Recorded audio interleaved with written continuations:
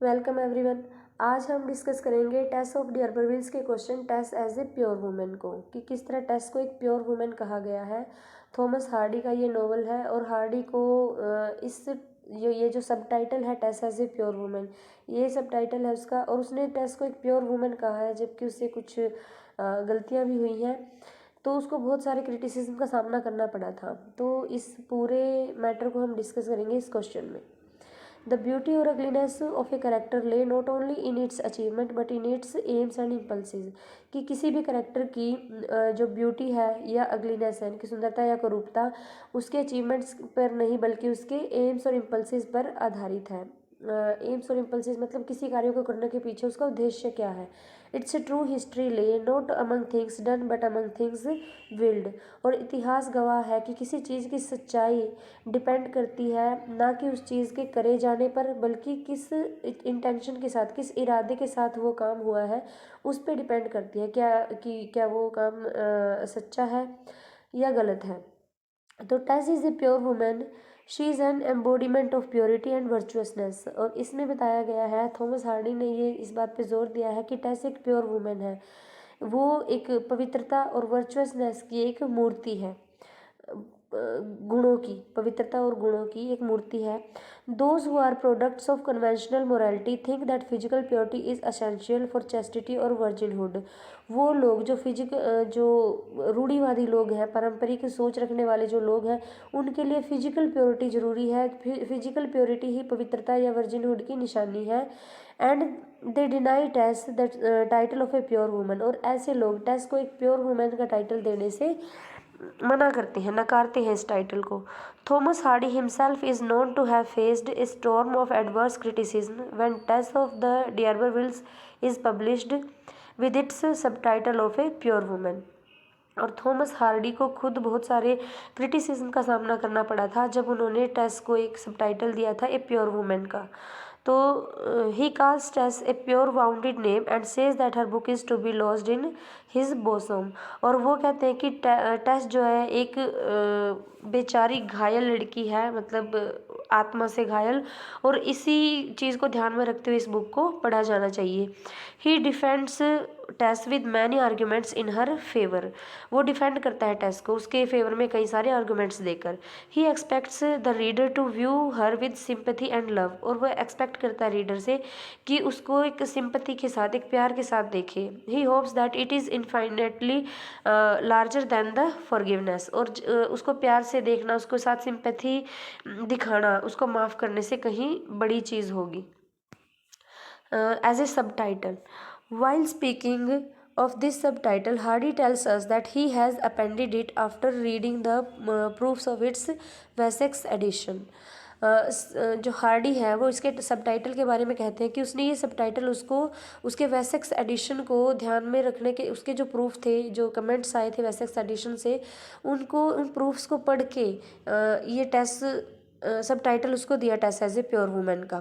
Eight one place he regrets to have put it there. और एक जगह तो वो उसको वहाँ पे रखकर पछतावा दिखाता है। But the subtitle a pure woman is still there. एक बार उसको लगता है कि कहीं मैंने कुछ गलत तो नहीं लिख दिया, क्योंकि उस लड़की ने कुछ गलतियाँ उससे हुई हैं, लेकिन फिर भी मैं इसको प्योर वुमेन कह रहा हूँ। एक बार तो उसको पछतावा सा हुआ, लेकिन फिर भी वो उसने उसको वहीं रखा, रहने दिया उसको subtitle. This is so because Thomas Hardy thinks that Tess is a pure woman. और ऐसा उसने इसलिए किया क्योंकि हार्डी सोचते हैं कि टेस एक प्योर वुमेन है।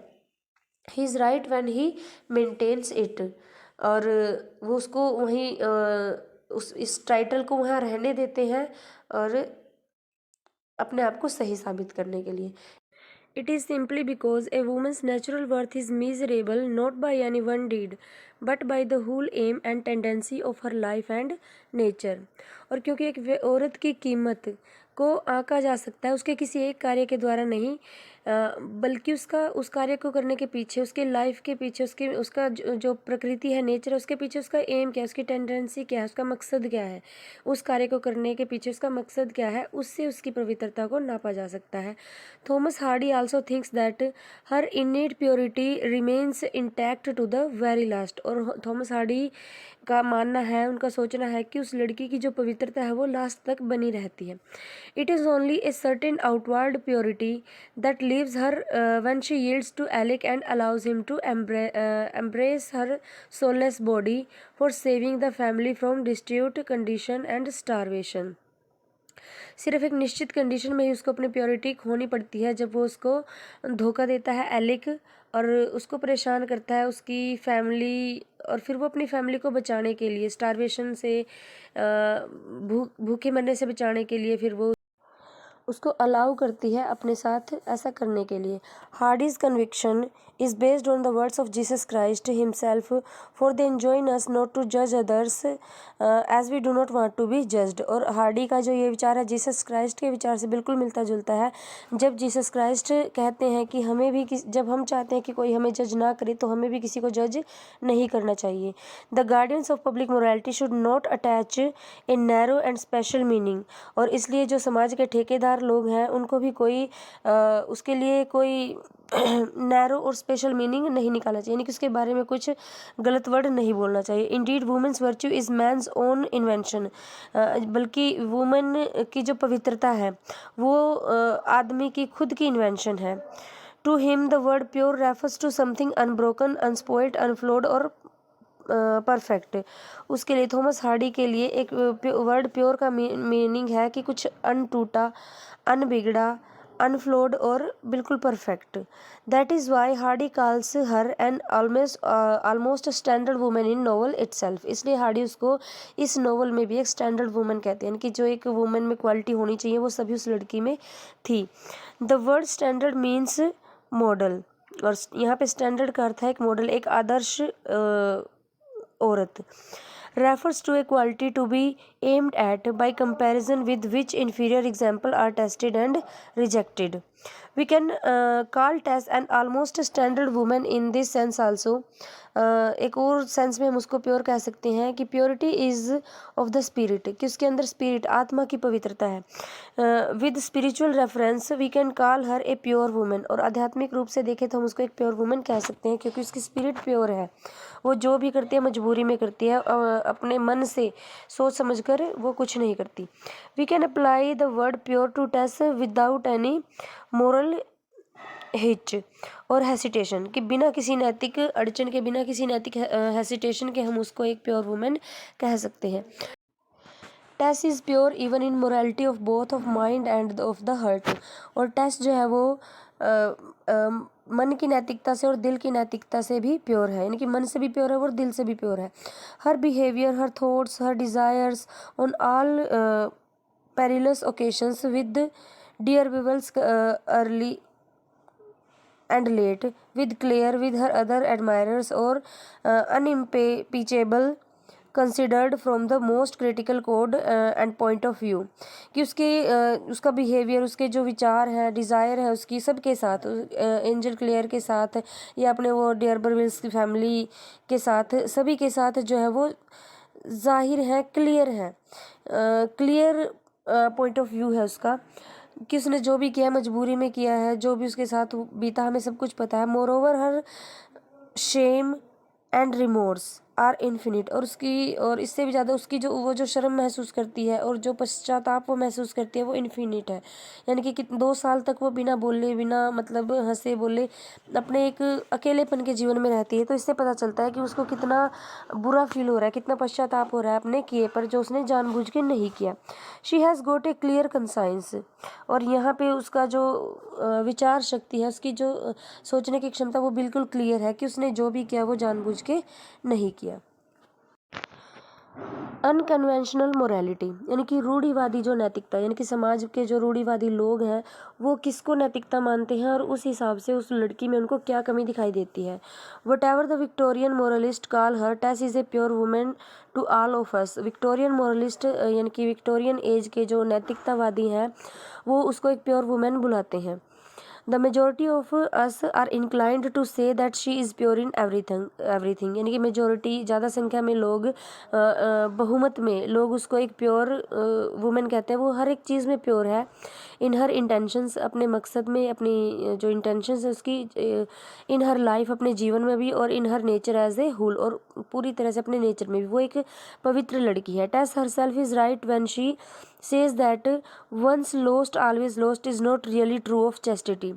टेस खुद भी यहाँ पे एक विचार व्यक्त करती है, और वो यहाँ पे बिल्कुल सही है कि प्योरिटी का मतलब, पवित्रता का मतलब ये नहीं कि एक बार जो खोया गया वो हमेशा के लिए खोया गया। She speaks of the recuperative power of organic nature and says that it is surely not denied to maidenhood alone। यहाँ पे वो नेचर की, यानी कि जो ऑर्गेनिक नेचर है उसकी जो स्वास्थ्यवर्धक पावर है, क्योंकि जिस तरह नेचर किसी बीमार व्यक्ति को ठीक कर देती है, उसी तरह उसको भी एक मेडनहुड, यानी कि एक कुंवारी लड़की जो जिसके साथ कुछ गलत हुआ है, तो नेचर उसको भी ठीक कर सकती है। इसका मतलब ये नहीं कि एक बार उसकी जो पवित्रता चली गई है वो वापस नहीं आएगी। तो जो नेचर पे विश्वास करती है कि वो नेचर मुझे भी ठीक कर देगी। She is not at all responsible for her reluctant affairs. उसके जो उन अनैच्छिक अफेयर थे जो उन लड़कों के साथ, उसके लिए वो अकेली जिम्मेवार नहीं है एलिक के साथ जो उसके अनैच्छिक रिलेशन थे।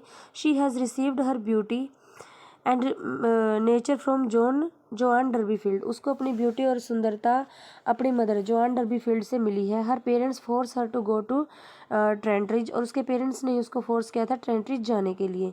The death of the horse Prince also sends her there, और उसके घोड़े प्रिंस की डेथ की वजह से भी वो वहाँ पे गई थी।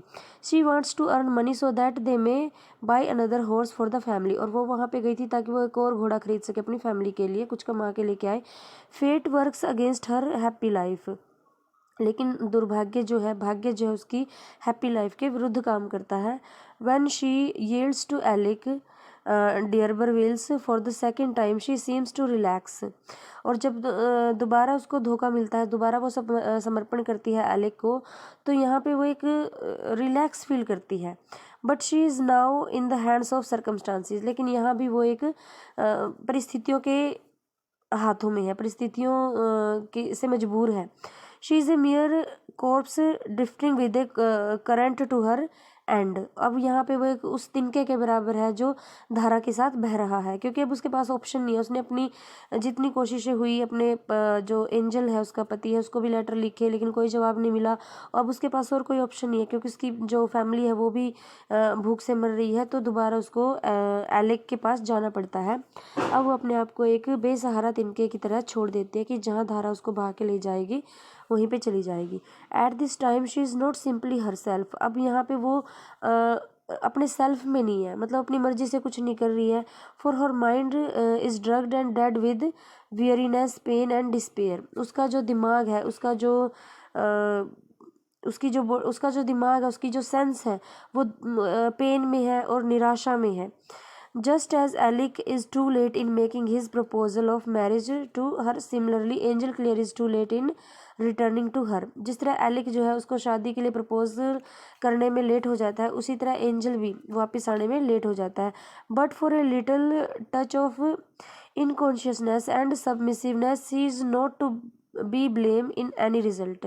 लेकिन इन दोनों ही परिस्थितियों में उस लड़की को, टेस को ब्लेम नहीं किया जा सकता।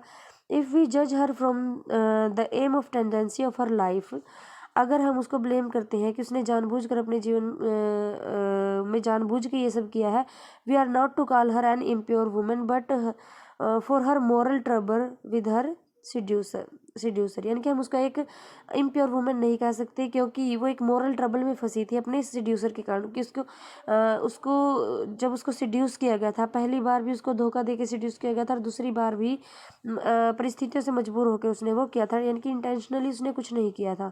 Moreover her sin also fails to demoralise her, और फिर उसने जो पाप किया है वो भी उसको डिमोरलाइज करता है, यानी कि वो पश्चाताप भी करती है उस अपने पाप के लिए। वो खुद को कोसती भी है कि उसने ऐसा क्यों किया। 2 साल तक वो बिल्कुल एक अकेलेपन में गुजार देती है अपनी ज़िंदगी के, और उसके बाद भी वो काफ़ी कोशिश करती है अपने आप को बचाने के लिए लेकिन परिस्थितियाँ जो है उसको उसी स्थिति में वापस से डाल देती हैं।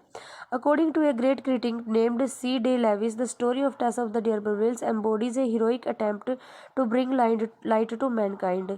एक क्रिटिक है सी डे लेविस, उनके अकॉर्डिंग जो टेस की स्टोरी है वो एक मानवता को एक रोशनी दिखाने के लिए काफ़ी है, एक कोशिश है। There is in it an impassioned plead for warmth and charity towards women for a more enlightened view of the sexual relationship। यहाँ पे वुमेन्स की जो सेक्सुअल रिलेशनशिप है उस पर एक प्रकाश डाला गया है, एक पॉजिटिव प्रकाश डाला गया है कि ज़रूरी नहीं है कि ये जो ऐसे काम जो है वो करती हैं वो जानबूझ के ही होते हैं उनके साथ। When Hardy speaks of his thing, he speaks to the mind of many people, hesitating to express what they feel to be right। अब यहाँ पे हार्डी ने कई लोगों के ऊपर जो है व्यंग्य किया है जो अपने आप को सही मानते हैं टेस के मामले में। When Angel Clear goes abroad, जब एंजल क्लियर अब्रोड जाता है, अब वो कई व्यक्तियों को जिम्मेवार मानता है इस चीज़ के लिए। जब एंजल क्लियर अब्रोड जाता है, he gets rid of the conventional morality of his native country. तो जो रूढ़िवादी विचारधाराएं हैं लोगों की उसके नेटिव कंट्री में, उनसे वो पीछा छुड़वा के चला जाता है। यानी कि अब उसको तो कुछ नहीं फेस करना, वो तो उस लड़की को छोड़ के चला गया है। अगर उसमें कुछ कमी है, कोई उसको कुछ बोलेगा तो उसी को बोलेगा, वो तो वहाँ से चला गया है। तो यहाँ पे एंजल क्लेयर की भी गलती है कि उसने तो अपना पीछा छुड़वा लिया लेकिन वो लड़की तो फंस गई। A fellow traveller impress upon his mind and Tess is a pure woman and that he. अब एक फेलो ट्रैवलर जो है, एक रास्ते में इसको कोई साथी यात्री मिलता है जो इम्प्रेस करता है उसके माइंड को। Tess is a pure woman and that he has been unjust to her. तब उसको रियलाइज़ होता है कि टेस जो है एक प्योर वुमन और उसने उसके साथ अनजस्ट किया है, अन्याय किया है। He accepts her as a pure woman in the end, और फिर बाद में वो उसको एक प्योर वुमन के रूप में एक्सेप्ट कर लेता है। He says that he is not to जज her with a particular act but with her will aim और टेंडेंसी। अब वो कहता है कि उसको उसके उस एक्ट से के कारण जज नहीं करना चाहिए था, बल्कि उसके विल एम और टेंडेंसी, यानी कि उसका जो इच्छा थी, जो उद्देश्य था और जो उसकी प्रवृत्ति थी, जिसको जो सोच थी उसकी, जिसके द्वारा उसने ये किया, उसके आधार पे उसको जज करना था। तो कंक्लूजन क्या है इस पूरे स्टोरी का? When we weigh and consider all these things, जब हम पूरी नाप तोल कर लेते हैं सारी चीज़ों का, we came to a conclusion that Thomas Hardy is right in calling Tess a pure woman. कि थॉमस हार्डी टेस को एक प्योर वुमेन जब कहता है तो वो अपनी जगह पे सही है। The subtitle of the novel though an afterthought stresses the essential purity of its heroine. जो सब टाइटल है वो इसकी हीरोइन की पवित्रता को पर जोर देता है कि वो औरत सच में एक प्योर वुमेन है।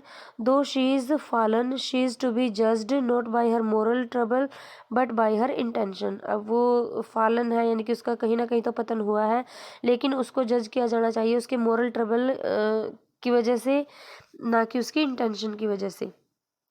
उसकी मोरल ट्रबल की वजह से नहीं, बल्कि उसकी इंटेंशन की वजह से, कि उसने जो कुछ किया है उसकी इंटेंशन नहीं थी, वो परिस्थितियों से मजबूर होकर किया है। Her life and her nature seen as a whole, यानी कि उसको जज करते समय उसकी इंटेंशन को, उसकी लाइफ को और उसके नेचर को भी पूरी तरह से देख लेना चाहिए। उसके बाद